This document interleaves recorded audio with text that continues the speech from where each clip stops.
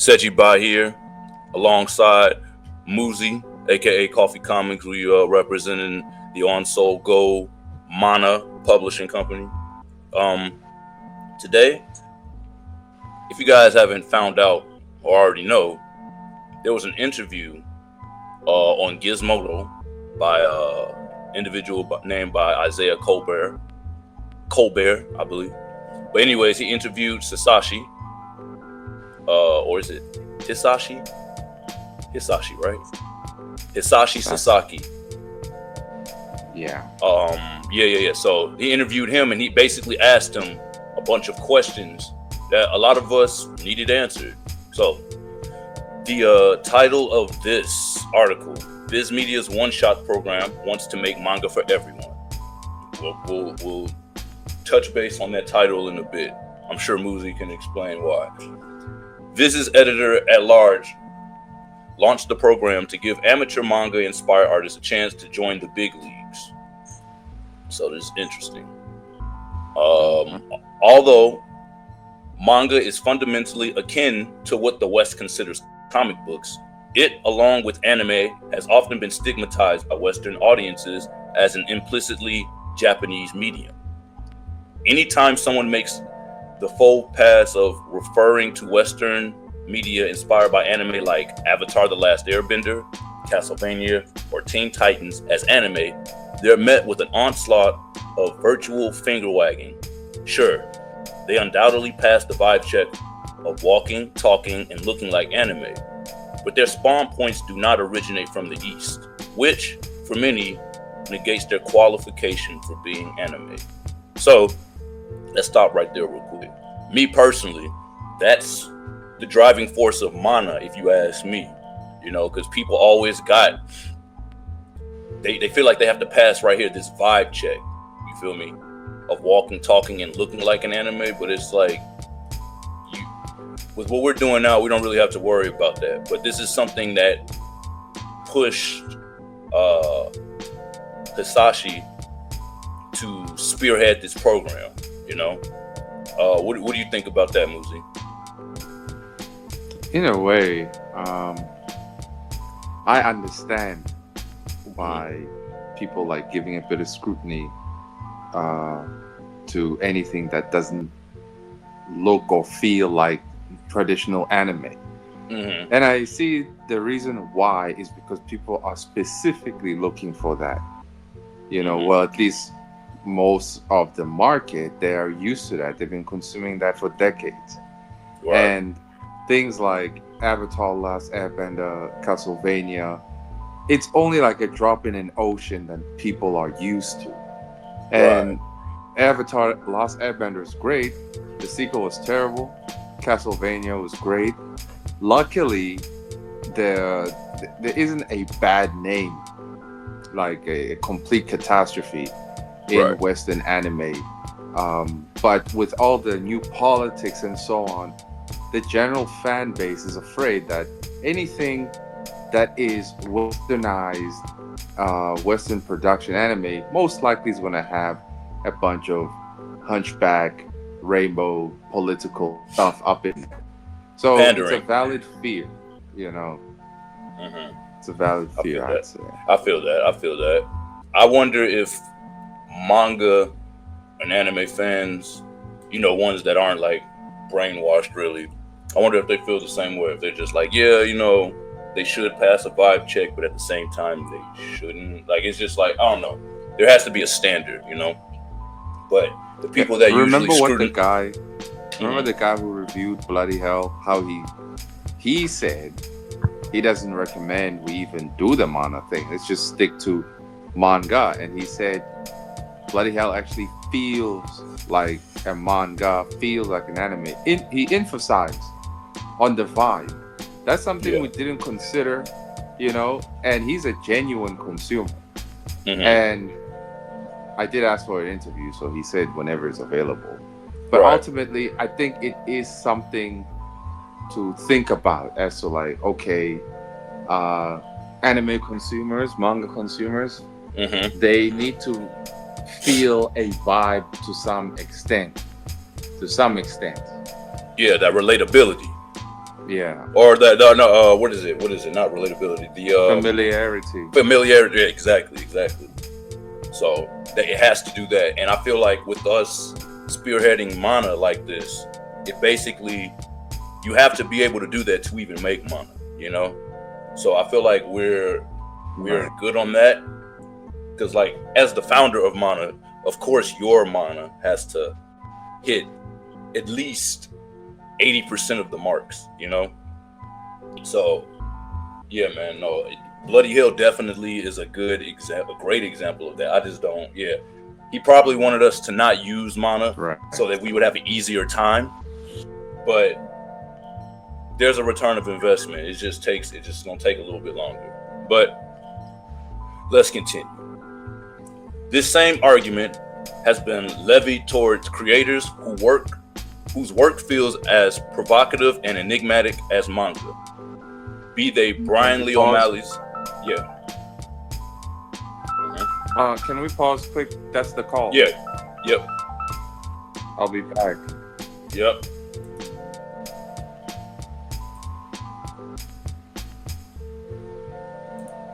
All right. Let's see. All right, so let's continue. It said the same argument has been levied towards creators whose work feels as provocative and enigmatic as manga.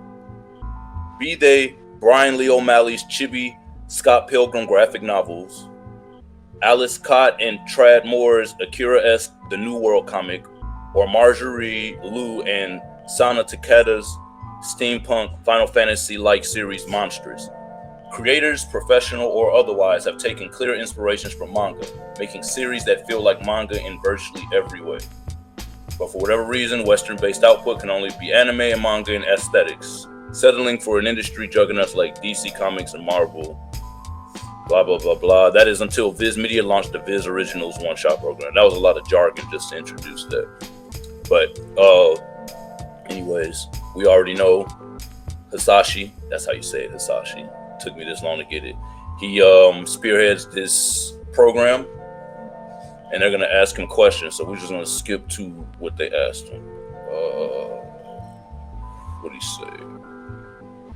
All right, Isaiah, what incited the idea to launch the Viz Originals one-shots program? Hisashi says, when comparing the Japanese manga industry with that of the US, I noticed that there isn't much of an intermediate level for artists in the US. There are many talented and motivated amateurs, and only a handful of professionals. In Japan, there is a large middle tier between amateurs and pros, essentially a large pool of talent that act as a professional reserve force, quote unquote. From this pool, truly talented artists have the opportunity to hone their craft and grow into professional mangaka. The entire industry, including publishers, is able to support this middle tier by providing them with work as assistants to already established mangakas.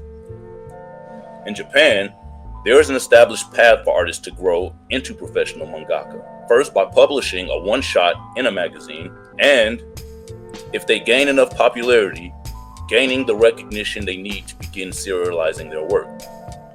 This is the main reason why I wanted to launch this program. I want to help create a similar career path here for the many aspiring and talented mangaka in the United States to get their own shot at being a professional mangaka. All right, so here's my 2 cents on this. It's very admirable why he would want to do it, but there's a clear difference in, I guess, the discipline and expectations, because as he just said, he over in Japan, they actually have like an industry that helps usher in up and coming mangaka. So basically they have programs in schools and all this stuff to actually, refine these already advanced indie manga artists. I'm gonna just say indie, but like, non-published manga artists, and then sharpen them up until they're ready to submit into a one-shot magazine, which is cool. But over here in America, we don't have stuff like that. We're just now beginning to integrate manga in anything with like education. I have a friend Shout out Koffee. He's first black manga instructor in the United States. He's over in, well, he's not in Japan right now, but he just got back from Japan, not even 2 weeks ago. So it's in the works. But Hisashi, he's basically trying to get it started over here, you know. And I just don't think that the people are ready for that type of commitment. You know, it's their idea of what needs to be done is kind of skewed. Actually, no, it's very skewed, you know. And yeah, I don't know. What do you think, Muzi? What do you think about this first paragraph? You're right. It's a tragedy that Hisashi was not prepared to get the full lowdown on the Westerners' work ethic. It's just not the same. The work culture and the sheer sacrifice of your body, mind, and soul to the craft is not something that people grew up understanding. Something we would see in anime, in manga, and maybe movies, but it's not something people ever practice. In this side of the world, people are rather hyper individualist. They like to do the bare minimum to get the paycheck or to get the social validity. Points. Yeah, and popularity. It's all about the bare minimum. It's not about the sacrificing of everything. Right. And Hisashi, the culture shock that he's experiencing has to hit very hard because they got a lot of submissions. Yeah. And I think he can properly analyze an individual if he talks to them or maybe just looks at the work that, this person isn't here for the craft itself.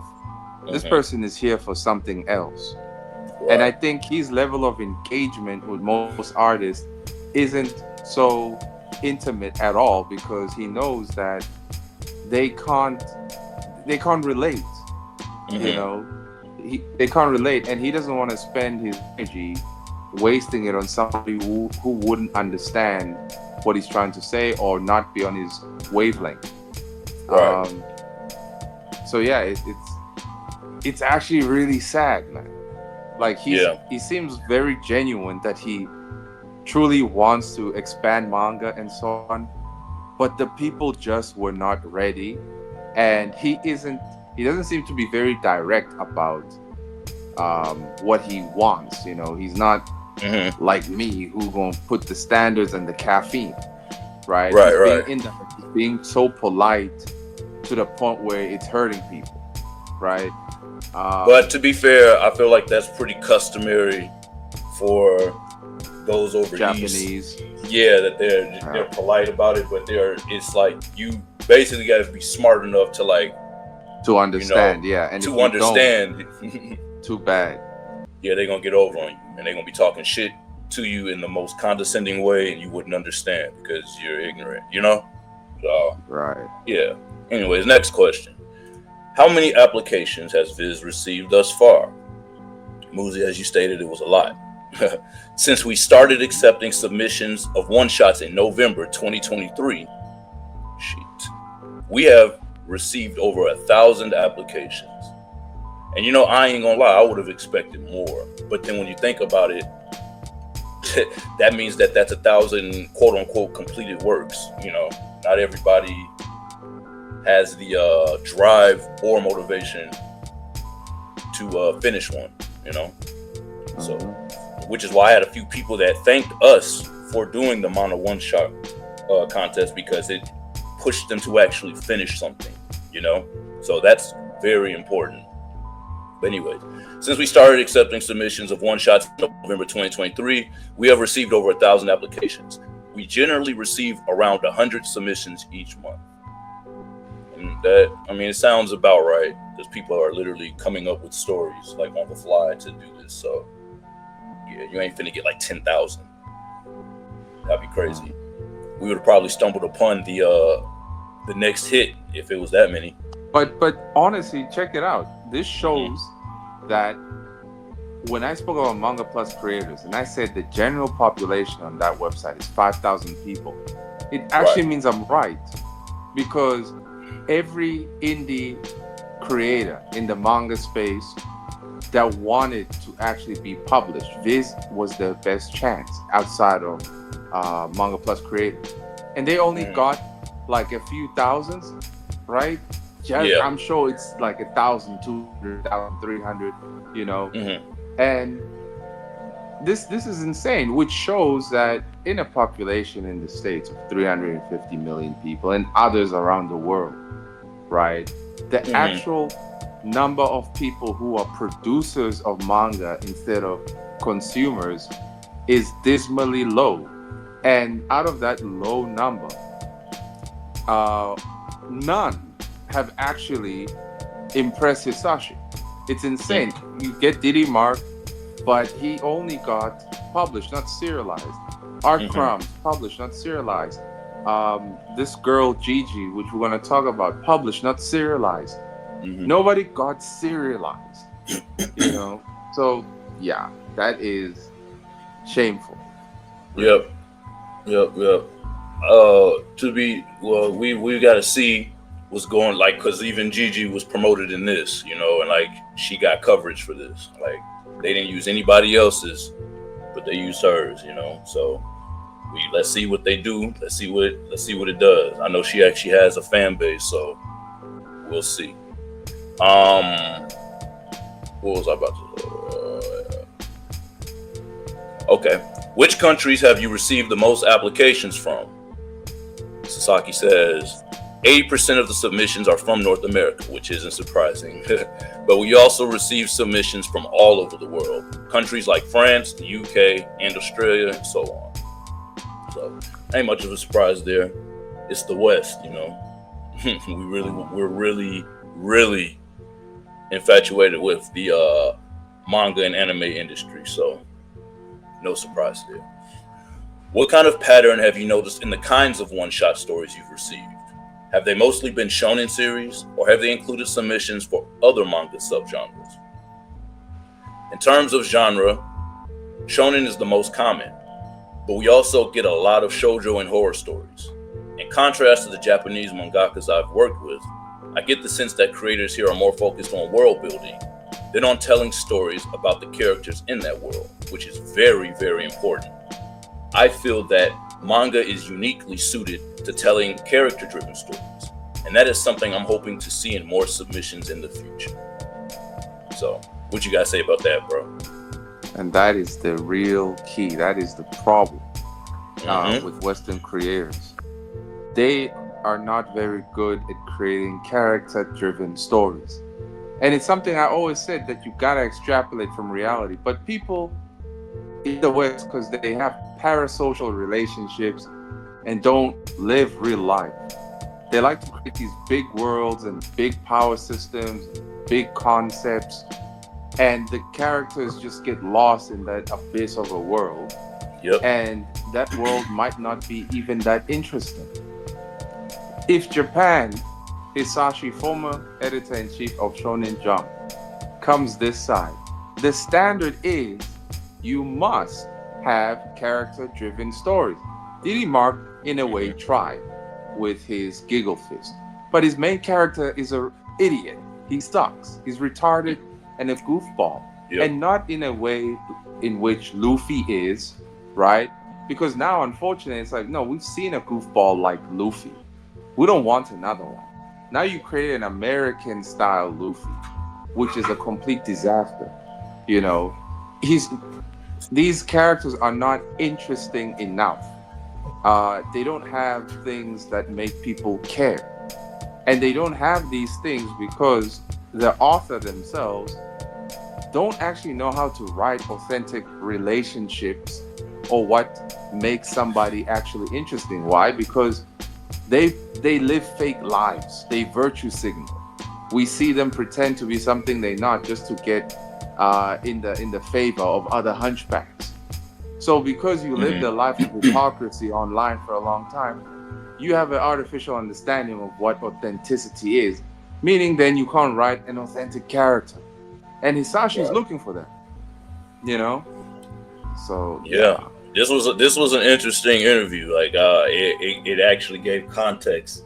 It's answered the question that you've been asking for months. It's just like, what are you all looking for? Like, how do we know? You know, like, and this is it. He basically said it, and it's clear. It's as clear as day, because whenever I'm like, when I was in manga forums, or I'd be seeing people talking about it on TikTok, everyone is so focused on world building. Like, everything happening besides the character, you know.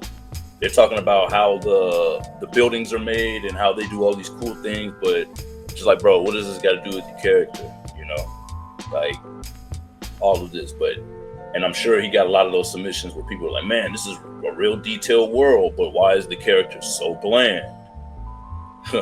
Crazy. Mm-hmm. So we know what we gotta do if we were to do that, y'all. Focus on your character and make sure that your character can sustain the series on their own.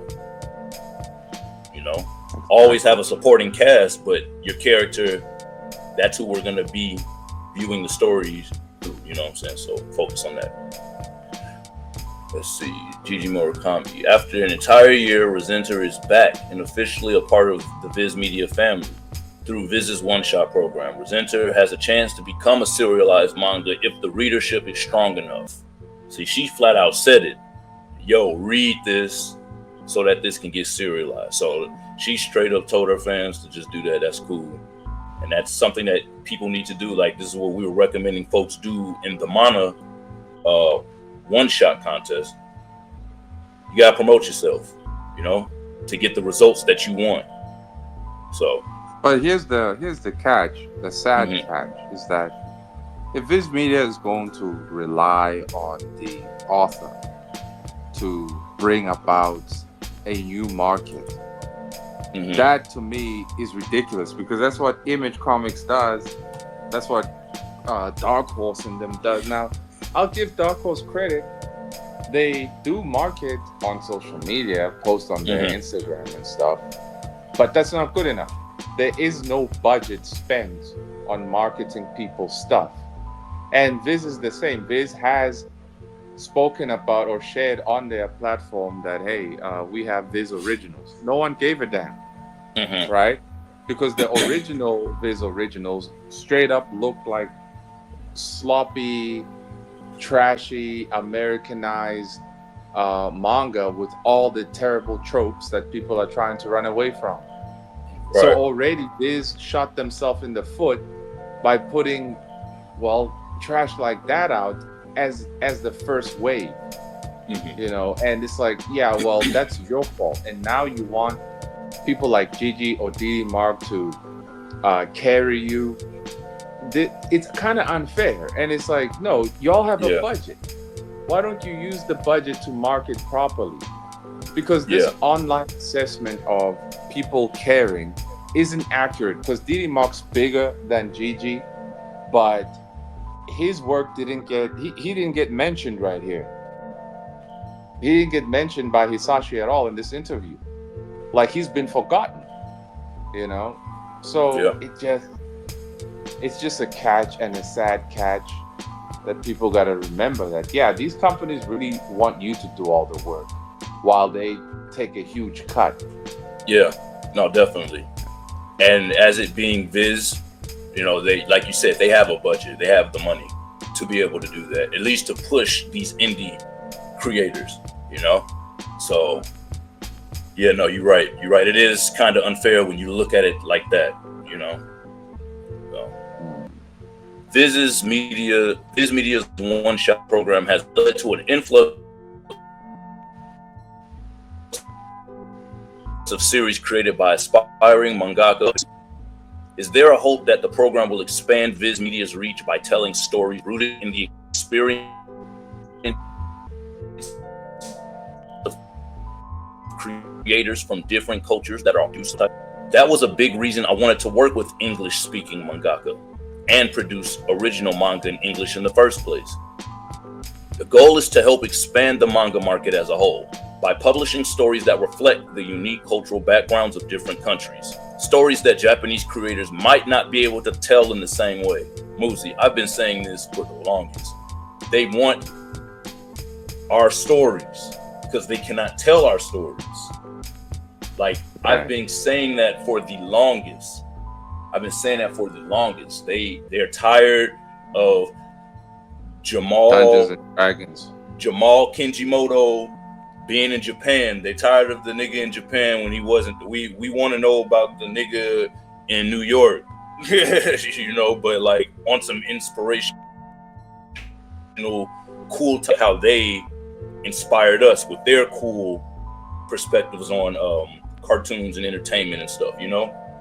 Like, we don't have nothing over here like that. That's why, at least with MANAA, we're building something that, hey, we got this and we have our own style of it, and it's inspired off of what you guys going on. But you know, y'all got something to enjoy over here as opposed to enjoying a straight up copy and appropriated version of your culture and all that stuff. Like, no, that time for that is over. So he literally said, we want your stories.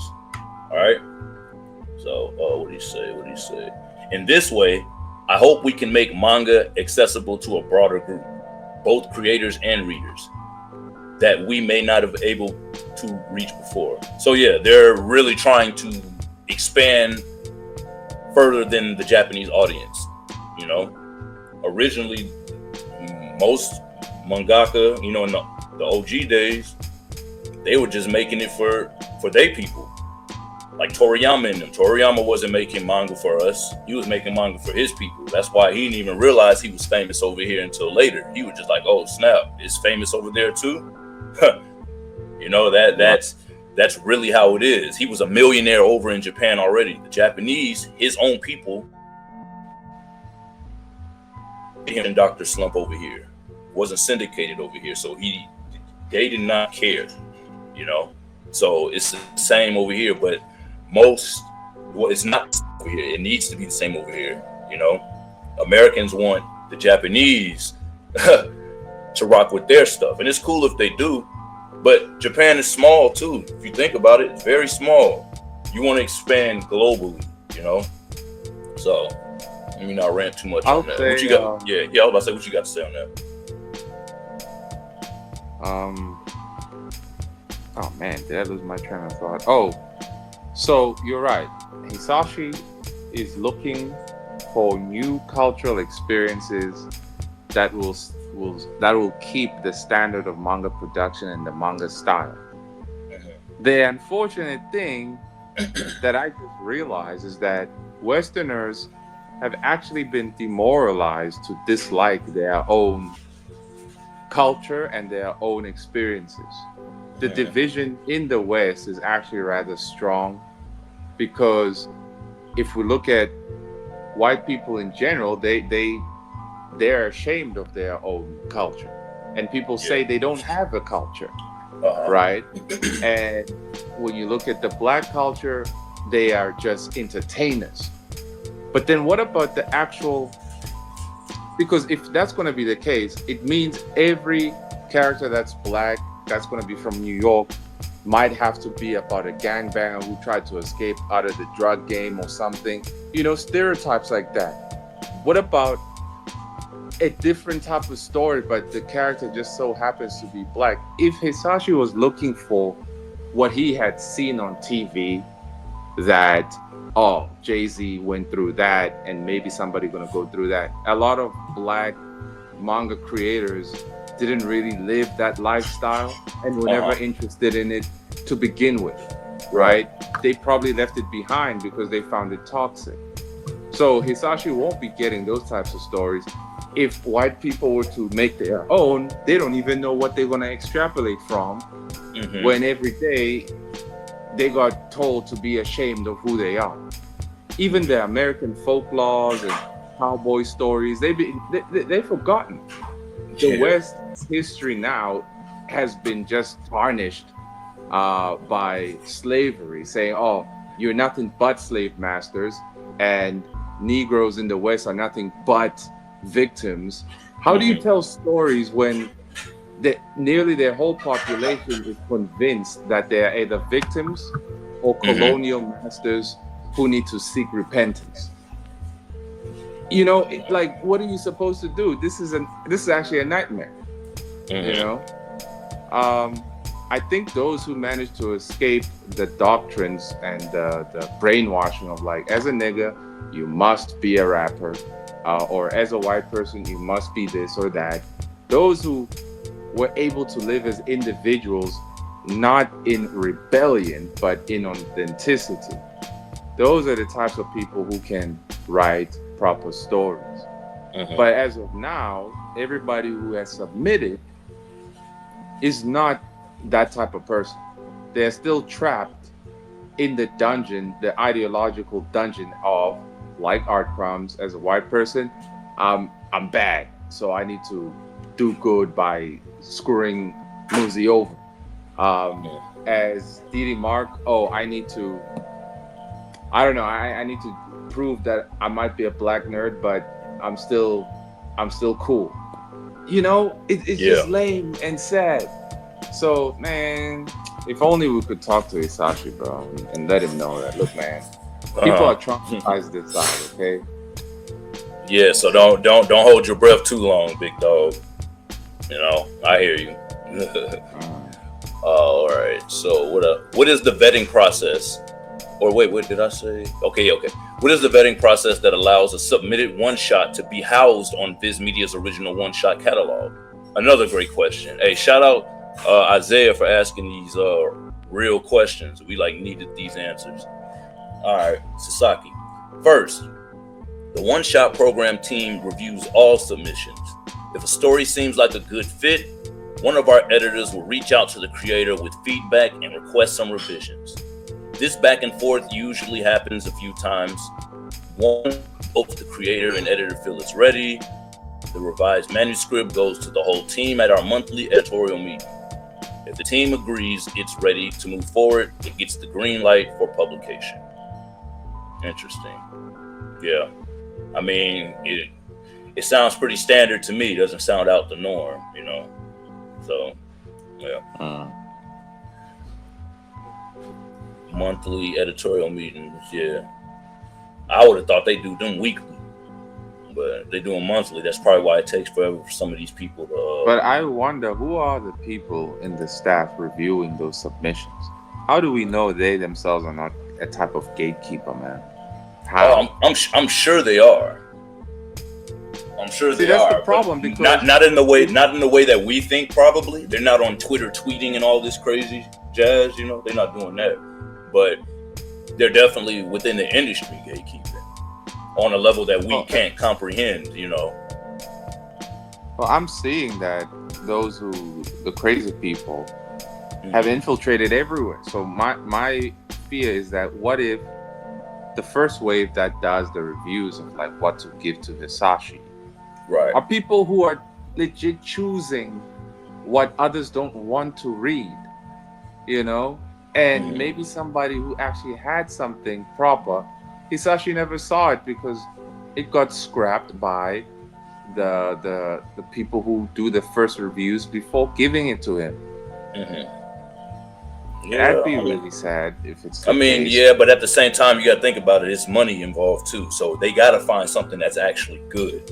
Eventually, but then what's the standard of being good? Because Hisashi didn't write down the standard of being good. We now just identify that Hisashi, as a Japanese person, determines something good if the story is character driven, and the character has to be interesting. That's not even on their website.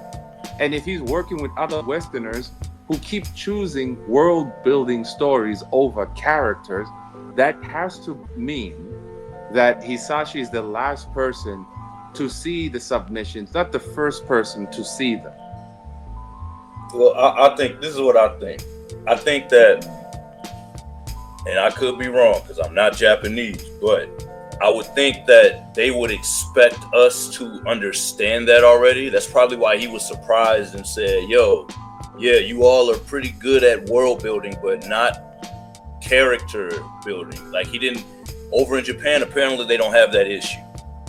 You know, like, apparently that's something that they're just conditioned from jump, no pun intended, to have down pat. You know what I'm saying? Aside from over here, we don't focus on that. Well, I'm gonna say we as a country. You know, some of us do, but we don't focus on that, and they're starting to realize that. That's probably why they probably felt. You know what I'm saying? I'm not even trying to bail them out. They probably like, man, we ain't need to put that on there. You know, we didn't think we needed. We didn't think we needed to spell this out for you, but here, since we've been asked, yes. And I'm not even gonna lie, bro. It is common sense. Why wouldn't your character needs to be interesting? And you tell me, bro. Like, a lot of these characters in these stories, bro, are not interesting at all. We don't care. There's no stakes. There's no investment. Like, we don't care about these characters. And if that's the case, then we're not gonna care about the story. You know, like for Kagurabachi, you think the character. I also think the character's boring as well. So we think the character's boring, which makes the series boring. It looks cool, but it's just like, man, I can't even get into the character. So this just looks like hack and slash to me. Yeah, like, one-dimensional character hack and slash. It's only going to be useful for me if I need a reference for some insane camera angle shots. That's literally it, you know? Literally it. I like, as far as Chichiro, however you say his name, as far as like his motives and resolving all that, I don't really care, you know? But that's how... Like, but remember what one hunchback, not even one, how many hunchbacks said the story or the characters don't have to be relatable. Hisashi is looking for something relatable. Now, others will say, well, Kagurabachi, the main character, is not relatable, but it's still going strong. Well, it's because Jump has nothing else. It's just pure dopamine. That's all. It's a cash grab. I mean, at the same time, some things are relatable to people that some are not. Like in our MANAA one shot, like Kickback, that was relatable to you, and it wasn't relatable to me. You know, so it's just like there is a subculture of readers who think like who are edgelords, bro, who literally are like, yeah, like I wake up with hate in my heart every morning too. I'm like, okay, cool. So you're gonna love this. You know, it's just senseless gore and all of that. It's just crazy, you know. And I'm not trying to like crucify the manga or nothing. I just don't. It's just not my cup of tea. You know, it looks cool though. The art style looks cool and all that. Just the character is not interesting. But let's move on to this next one. What determines is another great question. Isaiah, you killing it, bro. What determines whether a Viz Originals one-shot manga expands into a full series? Okay. It's not an easy question to answer, as there are many factors involved. Boo, I don't like that. Besides total views and completion rates, we also consider many other aspects, such as how invested is the mangaka in continuing to tell the character's story, whether the character can even support serialization, that's important, etc. It's already difficult to publish a one-shot, but a full series is a challenge on a completely different level. I feel that. Hey, he basically saying, yo, bro, we trying to see if you actually about it. We trying to see if your character is even strong enough to support serialization. That's crazy. And a lot of these people's characters can't even support 10 chapters. They can't even support a volume. So it's like, wow. They can't support a chapter, bro. They can't even support a chapter, bro. So he's literally telling us right now, bro, what they need, bro. He's telling us what they need. Yeah. It's already difficult to publish a one-shot, but a full series is a challenge on he's telling folks, and I guess that's the one light at the end of the dungeon that doesn't really make it a dungeon. He's telling folks right now, like, yo, if you can't do this, you can't do this. This is a whole nother level. He's not saying everybody can do this. I think he's trying his best so that everyone can't do this, you know? Because that's the reality of it. Everyone can't do this, bro. Like, they can't. They probably put their all into these one-shots, and they can't even do a series because they thought that one-shot was truly it. It kind of reminds me of like Cairo. He out here now tweeting that, I'm second guessing this manga thing right now. It's like, yeah, you weren't about it. You just did one Harry Potter one shot, won some grocery money, and thought that would be enough. Right. Like, these people are entitled. That's what. Yeah, Hisashi don't get it. A lot of Western people are entitled, spoiled brats who all about the bare minimum. You know, just because you got the popular vote doesn't mean you're gonna be strong enough to support a serialized series. Mhm. And the mere fact that nobody, even those considered like the top dogs, like Didi Mark, nothing. Yeah, Yeah. that shows a lot. I ain't gonna lie. That means that if I literally submitted to this one-shot program, they would definitely hit me up because they would rock with Akai. They would rock with Akai. I'd be like, dang, yeah, I can definitely do a whole thing with that. And it's easy. Just from how many people told me how much they like his design and just him, you know? And it's just like, Right. when you focus on, and it's the same thing with Jacob. I can say the same exact thing about Jacob. It's like, oh, I can tell that these characters have a weight. There's something more to these characters than their appearance, you know? Like, there's something, I want to know more, you know? I want to know. Basically, the author cares about the character, because the other submissions there, all the main characters were disposable. And that's Didi Mark's strongest power, actually, is that you're very quick and you're very good at creating disposable things. It looks like Hisashi's not looking for that. They're not looking for disposable toilet paper entertainment. They're looking for characters who are alive. They're looking for the next Goku, but from a different culture. Yeah, that's real, bro. Like, I'm not even gonna lie, bro. Like, all of Didi Mark's MCs, for the most part, are disposable, and I'm saying that because it's just like, dang, like I don't care for them. Again, the art, it's literally Kagurabachi, the Kagurabachi effect. We just gonna call it that. It looks amazing, but it's empty, or it's uninteresting. You know, it's just like, oh, I can tell that you're not invested in this. You know, now I ain't gonna say that the creator of Kagurabachi isn't invested in his character. His character's just not interesting. You know, but yeah, man, that's wild. That's wild. I agree with you on that. He's very good at creating a high volume of disposable characters, you know. And I feel like once he focuses on that, he'll breach that ceiling, bro. He'll breach it. So let's see. Well, you're gonna need to have that real life experience also. That's the key. You can't write stories without extrapolating from things that matter. Either your grandfather telling you what he went through in the war, or you going through the war. But there's no way you can tell a story just by living in your room. That's it. There's no way. That's why even the Japanese now, they doing all this isekai garbage, because most of them are living in their rooms, you know. Yep, that's real. All right. Viz Media, through Shonen Jump, has a reputation for canceling newer series as often as they announce them. Some examples are Hunter's Guild, Red Hood, and Tenmoko Cinema. What are the qualities in a manga that lead to them no longer continuing serialization? And what advice would you give prospective mangaka to avoid having their series canceled? The truth is that Viz don't decide which series in Shonen Jump gets canceled. It's purely the decision of the editorial team at Shonen Jump in Japan. As I used to be the editor-in-chief of Shonen Jump, I am very familiar with the process myself. Only the editorial team can make the decision to start or end a series, and even the president of Shueisha has no input on the decision.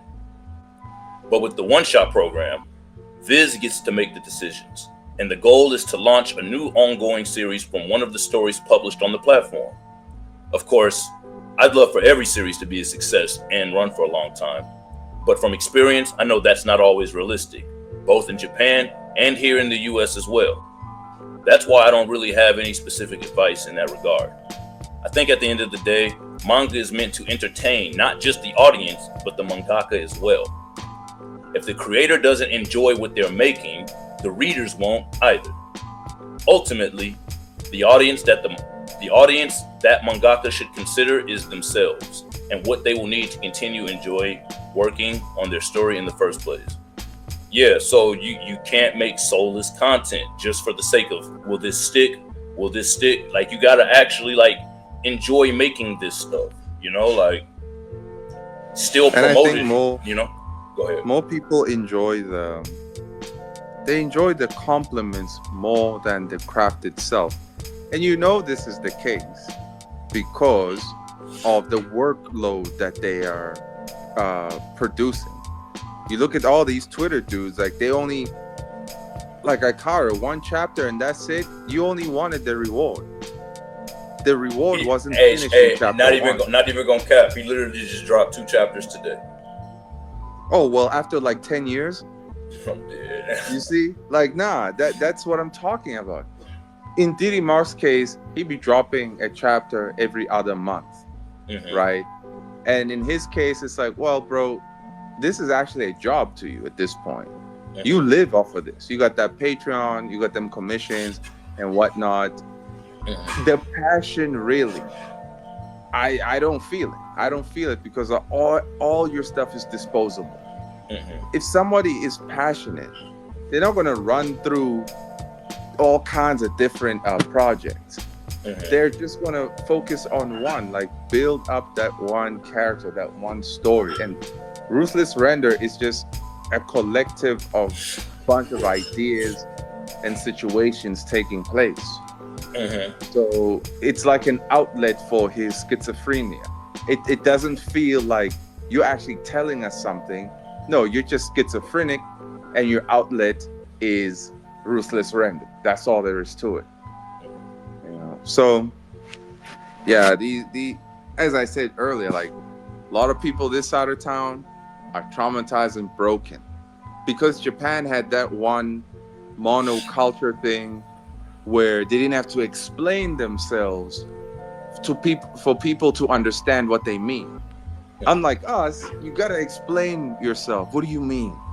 I didn't know that. Why didn't you write that down? Yada yada yada yada. It's a mess. Yeah, that's real. Hey, yo, quick commercial break. Y'all go subscribe to Coffee Comics Patreon for that caffeine. You feel me? It's updated regularly. You know what I'm saying? Join the Vanguard. I'm a part of the Vanguard as well, so y'all do that as well. Yeah. Y'all. Let's see. There's been a noticeable influx in sorcery manga as of late, with manga series like Jujutsu Kaisen leaving a void in Shonen Jump's lineup of weekly series.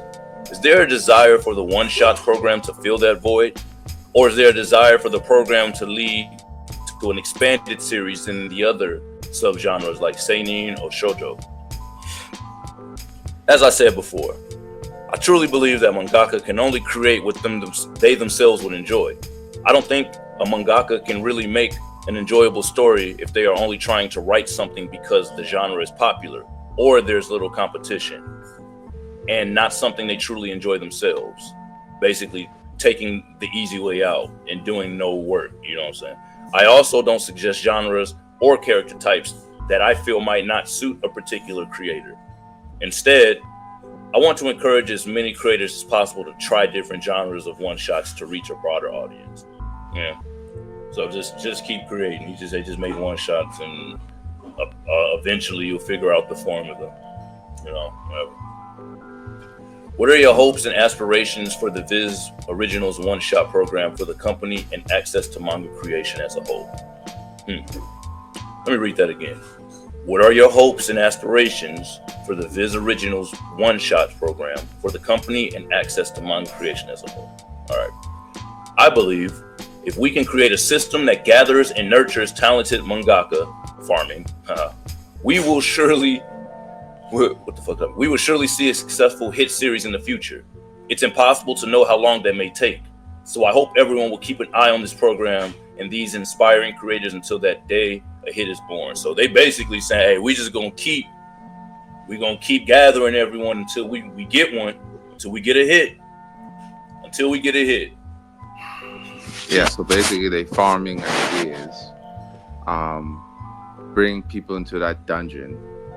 And I mean, sure, he kind of gave people the key to escape the dungeon or go to level 2 where you can prosper. But again, because people don't really have authentic life experience, it's going to be hard to tell a story with a character who actually means something, who can actually go through something where people care enough. Ultimately, it looks like Hisashi and Viz got the time and the money to just sit there and wait for somebody to pull off a miracle. But at the end of the day, some of us who realize that Viz is still a company, still a business, who's going to operate like other indie publishers, in which they ain't gonna pay cash to promote your stuff. They're gonna rely on you, and they're gonna take a huge cut. Now, people gotta ask themselves, what do you want? Actually, do you want to work and promote your stuff while this sits there and collects the bills? You know, like, really? Right. There's no guarantee that your stuff is gonna get featured on Netflix or anything. You're gonna get a deal, and even if you do, we know how these Western companies are. They gotta change something, as they change a bunch of things with Invincible. You know, so it's I don't see it as worth it even. You know, it's just one big dungeon where they are going to mess with your story. Imagine actually taking all of this advice that we mentioned here, going to the lab and creating a character that actually matters. And then you get serialized, hooray, right? You don't mind being a slave maybe for 5 years. You get an anime deal, but they tell you, oh, by the way, Amazon's in charge, so we had to alter a few things. It's no longer the story you were telling anymore. And how can you celebrate something that isn't yours anymore? You know, I'd be devastated. So hell yeah, I would be too. I'd be hurt. You know, my heart. Let's see what these comments say. It's interesting. Debbie Downvoter, that's funny. Viz Originals one-shot program. What will they think of next? Dear God, that's funny as hell. They got name. When was the last time you cried? I'm just helping the comment section. That's real. She did it for the algorithm. Respect. Okay, he said, yeah, I remember when Tokyo Pop did this with Rising Stars of Manga, which was a program that funneled creators into bad OEL book contracts where young, white weebs surrendered all the rights to their creations because they were blinded by the notion of being published manga. Now all of that IP is being sat on and the books aren't even reprinted because Tokyo Pop all but folded in the late 2000s, only to come back as a hollowed out Ozempic version of what it was before and refuse to turn over the rights back to the creators. Viz is the same shit, different day. Read before you sign anything and realize that these kinds of publishers are largely irrelevant in a world where webtoons are being turned into Netflix series. Yeah, I was shocked by that comment. I couldn't believe there were even comments of that caliber there. I was like, really? Wow. Because people are fed up. They're fed up. They're fed up. Yeah, I underestimated how fed up they really are. So that's really good. Tokyo Pop really fucked everybody up on some like selling that dream of being a published manga artist. Because I used to read Tokyo Pop. I was on Tokyo Pop when they allowed you to just post stories on there. Like you could post stories. They allowed everyone to post little comics and little text stories and all that stuff. I used to do that, you know, and now they turned out to be food. So here's another one. Yes, let the bastardization of manga begin. That happened a long time ago, like 20 years ago. Oh, not that, Viz. Let's see. What this person say? This argument. Okay, wait. Sure, they undoubtedly passed the vibe check of walking, talking, and looking like anime, but their spawn points do not originate from the East, which for many negates their qualification for being anime. This argument always misses a. This is not intriguing or art style. Take something like Panty and Stocking with Garter Belt. It was blatantly inspired by American animation, and yet it still feels like other anime. There's just something about the way it's put together that doesn't feel like it was genuinely made in the US. This is because culture runs deep. You can never completely free of that culture if you were born and raised in it. And it will always have a subconscious effect on you. The most obvious example of this is prevalence of the lone hero in American stories versus the power of cooperation, prevalent in Japanese stories. American culture values someone who does what he thinks is right, even if he stands alone for it, while Japanese culture values cooperation and working together. This is what disqualifies them. They're missing that. I don't know how to say that shit. I don't know how to say that. Y'all correct me in the comments. That is a direct result of the culture that the creator was raised in. This is what people like about anime and why they want to put it into specific categories. Not because it uses a specific art style or because there's ninjas in it. I have a feeling that this person is white. I don't know. Of course, there's nothing wrong with taking inspiration from media from outside your own culture. The Boondocks is an excellent example of how to do this right. It's obviously inspired by Japanese animation, but the core of the show, the experience of being black in America, is obviously one that comes from the creator's own personal experiences, which gives it a lot of soul and feels more authentic. I do agree with that. I definitely do agree with that. If they had decided that, no, it couldn't be about that, because that's not what happens in anime, and had decided that the characters needed to have superpowers and be high schoolers instead. It would be a much lesser show for it. In short, this motherfucker said in short. In short, make something inspired by anime. There's nothing wrong with that. But obsessing about earning the right to call your work anime is going about it the wrong way. Not to mention, it's more of a hindrance rather than a boon to the network. A boon to the work. Yeah, motherfuckers didn't like that one. Yeah, what you think about that, bro?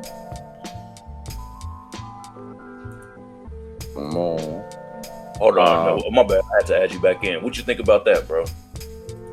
Yeah, there was some good comments. I didn't expect there to be so many.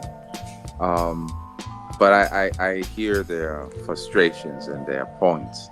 Mm-hmm. At the end of the day, I suppose there is no real trust amongst other consumers even of indie comics or indie manga, aside from the authors disappearing for who knows how long, having weird release days or release weeks or whatnot.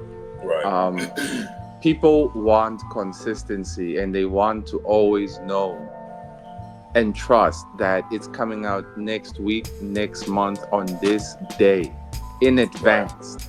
And if they're not going to get a chapter, you tell them 2 weeks early that no chapter next week or whatever, you know. Right. So, I mean, the West just doesn't have that. Like, at least we're trying. We did that. We wrote on the Onsulgo website, like, when the next chapter is always coming out, when the next magazine's coming out. And we're going to continue doing that. Yeah. Ultimately, the people really aren't ready. They're not ready. It's either people use art and manga as a way to cope or a way to build a community so they can be worshipped, or a way to just be part of something. But this has all those points have nothing to do with people who are in love with the craft, who are ready to even sacrifice themselves and their lives to the craft. They're not ready, and then they're not interested. And I think Hisashi can see that quite easily.